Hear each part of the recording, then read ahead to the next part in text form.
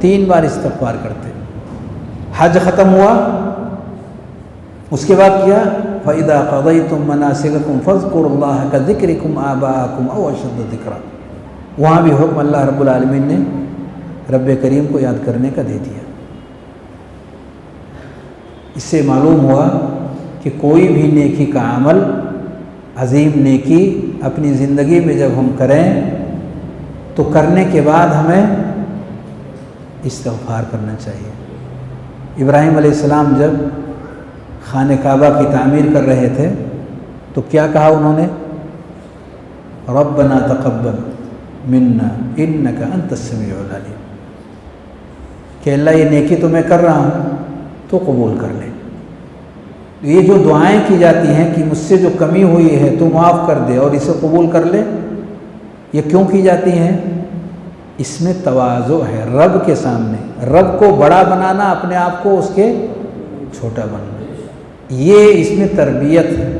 استغفار کے معنی ہے اس کے سامنے اپنے آپ کو جھکانا، جو جھکاتا ہے اس کے سامنے اس میں آدم علیہ السلام کی صفت پائی جاتی ہے، اور جو اپنے آپ کو اٹھاتا ہے اس میں ابلیس کی صفت پائی جاتی ہے۔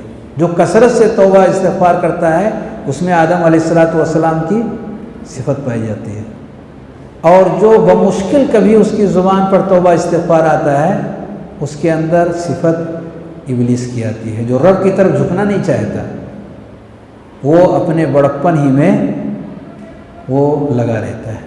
اللہ ہم سب کو جھکنے والا بنائے، توبہ استغفار کرنے والا بنائے، اپنا نیک اور صالح بندہ بنائے، ہمیں زیادہ سے زیادہ اپنی عبادت اور اپنا بندگی اور ذکر اور شکر کرنے کی توفیق بخشے، ہم سب کا ایمان پر زندگی رکھے اور اسی پر ہمارا خاتمہ فرمائے۔ آمین وآخر دعوانا الحمدللہ رب العالمین صلی اللہ وسلم علی نبینا محمد وعلی آلہ وصحبہ اجمعین، والسلام علیکم ورحمۃ اللہ وبرکاتہ۔